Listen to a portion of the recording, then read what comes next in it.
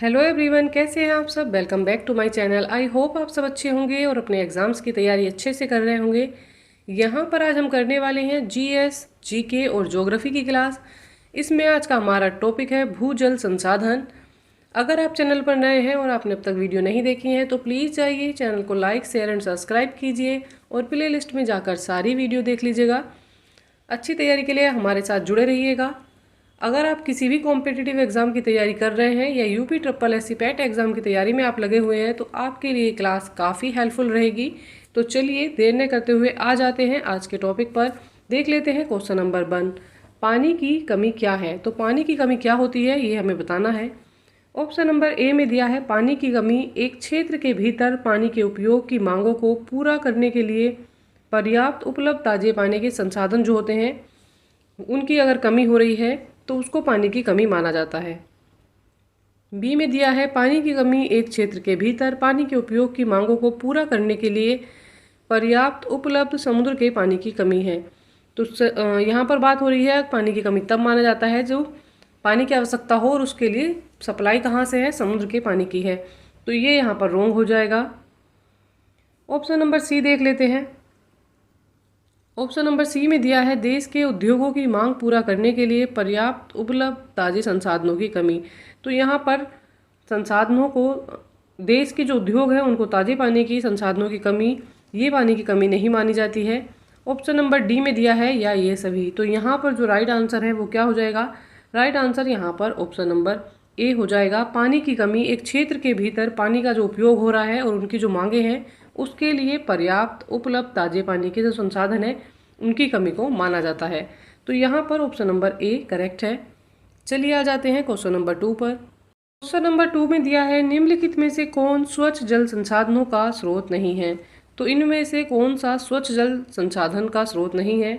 Option number A में दिया है भूजल। भूजल जो होता है ये स्वच्छ जल संसाधनों के अंतर्गत आता है, तो ये करेक्ट है। बर्फ की चादर ये भी स्वच्छ जल के संसाधन के अंतर्गत आता है। नदी ये भी स्वच्छ जल संसाधन के अंतर्गत आती है। ऑप्शन नंबर डी में दिया है महासागर। तो यहाँ पर जो राइट आंसर है हमारा ऑप्शन नंबर डी हो जाएगा। यहाँ पर निगेटिव ही पूछा था और हमें निगेटिव में आंसर करना है। तो महासागर जो है ये स्वच्छ जल संसाधन के अंतर्गत नहीं आते हैं। ऑप्शन नंबर डी यहाँ पर करेक्ट हो जाएगा, महासागर। चलिए आ जाते हैं क्वेश्चन नंबर 3 पर। क्वेश्चन नंबर 3 में दिया है निम्नलिखित में से कौन पानी की कमी का कारण नहीं है। तो इनमें से कौन सा है जो पानी की कमी का कारण नहीं है। अतिशोषण, अत्यधिक उपयोग, बढ़ती आबादी। ऑप्शन नंबर डी इनमें से कोई नहीं। तो ये जितने भी कारण दिए हैं ये सभी पानी की कमी के कारण यहाँ पर हैं और यहाँ पर पूछा है नहीं है। तो हमें निगेटिव से मैच करता आंसर देखना है, तो इसलिए इनमें से कोई सा नहीं होगा। यहाँ पर जो राइट आंसर हो जाएगा ऑप्शन नंबर डी करेक्ट हो जाएगा। इनमें से कोई भी नहीं, निम्नलिखित में से पानी की कमी का इनमें से कोई भी कारण यहाँ पर नहीं है। देखते हैं, चलिए क्वेश्चन नंबर 4। क्वेश्चन नंबर 4 में दिया है उपयोग के लिए कितना स्वच्छ जल भंडार उपलब्ध है। तो कितना स्वच्छ जल भंडार उपलब्ध है। ऑप्शन नंबर ए में दिया है 2.5, ऑप्शन नंबर बी में दिया है 75, ऑप्शन नंबर सी में यहाँ पर दिया है 25 और ऑप्शन नंबर डी में दिया है 0.5। तो यहाँ जो राइट आंसर है वो ऑप्शन नंबर डी हो जाएगा। उपयोग के लिए 0.5 स्वच्छ जल भंडार उपलब्ध है। ऑप्शन नंबर डी जो है ये करेक्ट हो जाएगा। चलिए आते हैं क्वेश्चन नंबर 5 पर। क्वेश्चन नंबर 5 में दिया है आज भारत में जल विद्युत शक्ति का योगदान लगभग है। तो कितना योगदान जल विद्युत शक्ति का है ये हमें बताना है। चलिए ऑप्शंस देखते हैं। ऑप्शन नंबर ए में दिया है 100%, बी में दिया है 75%, सी में दिया है 22% और ऑप्शन नंबर डी में यहाँ पर दिया है 25%।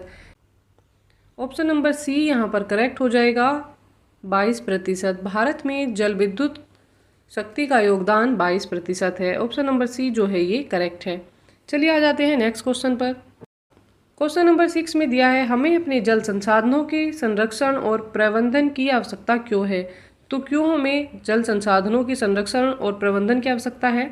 ऑप्शन नंबर ए में दिया है स्वास्थ्य के लिए, खतरों से खुद को बचाने के लिए, खाद्य सुरक्षा सुनिश्चित करने के लिए, हमारे प्राकृतिक पारिस्थितिकी तंत्र के क्षरण को रोकने के लिए, या उपरोक्त सभी। यहाँ पर जो राइट आंसर है वो ऑप्शन नंबर डी हो जाएगा, उपरोक्त सभी। हमें अपने जल संसाधनों के संरक्षण और प्रबंधन की आवश्यकता स्वास्थ्य के लिए भी है, खाद्य सुरक्षा सुनिश्चित करने के लिए भी है। और ऑप्शन नंबर सी में दिया है पारिस्थितिक तंत्र जो है उसके क्षरण को रोकने के लिए भी यहाँ पर है।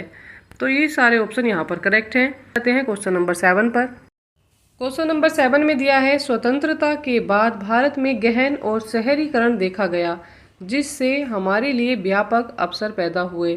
तो यहाँ पर ऑप्शन नंबर कौन सा करेक्ट हो जाएगा? बेरोजगारी देखी गई, औद्योगिकरण देखा गया, वैश्वीकरण देखा गया या ये सभी।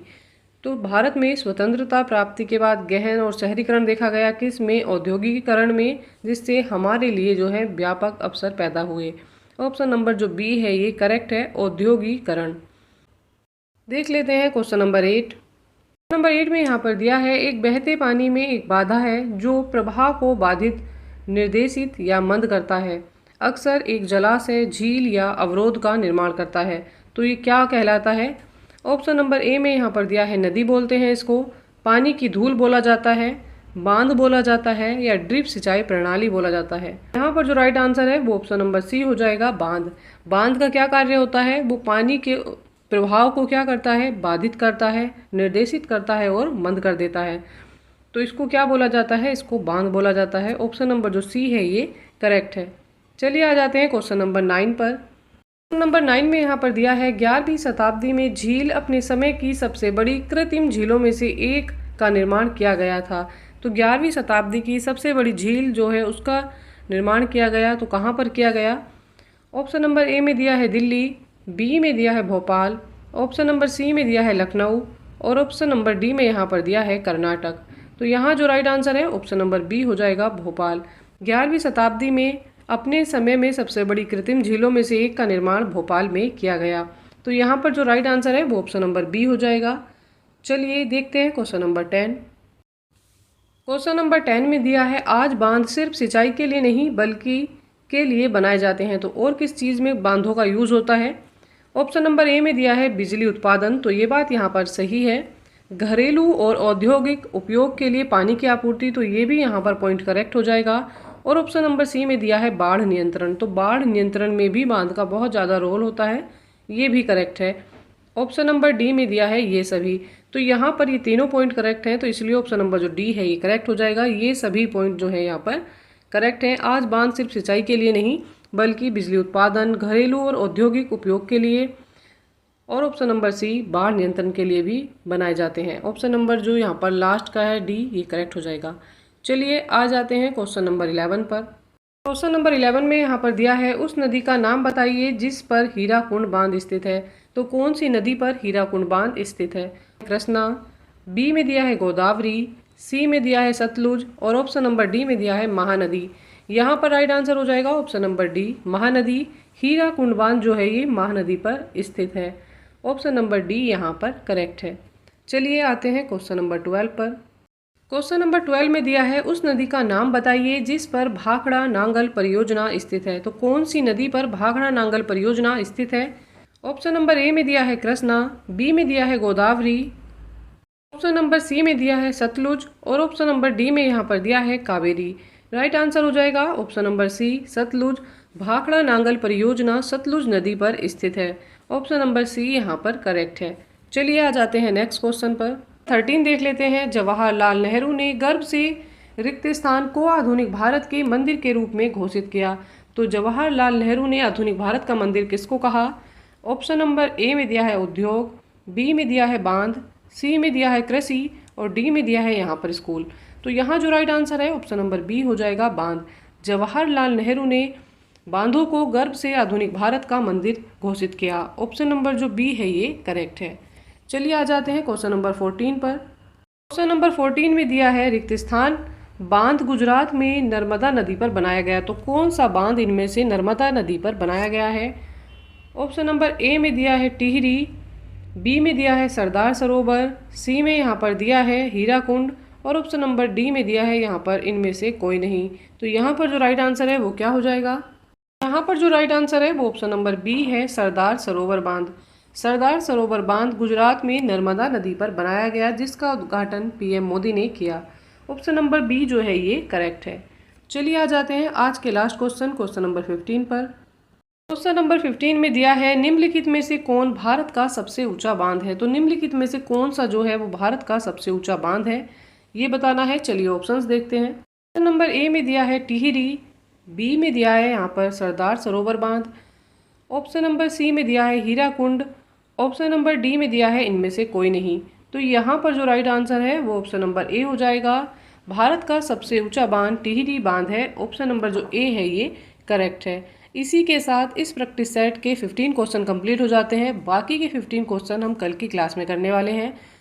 अगर आप चैनल पर नए हैं और आपने अब तक वीडियो नहीं देखी है तो प्लीज़ जाइए, चैनल को लाइक शेयर एंड सब्सक्राइब कीजिए और प्ले लिस्ट में जाकर सारी वीडियो देख लीजिएगा। आपके सब्सक्रिप्शन और लाइक से हमें मोटिवेशन मिलता है, तो प्लीज़ मोटिवेट करिएगा और अच्छी तैयारी के लिए हमारे साथ बने रहिएगा।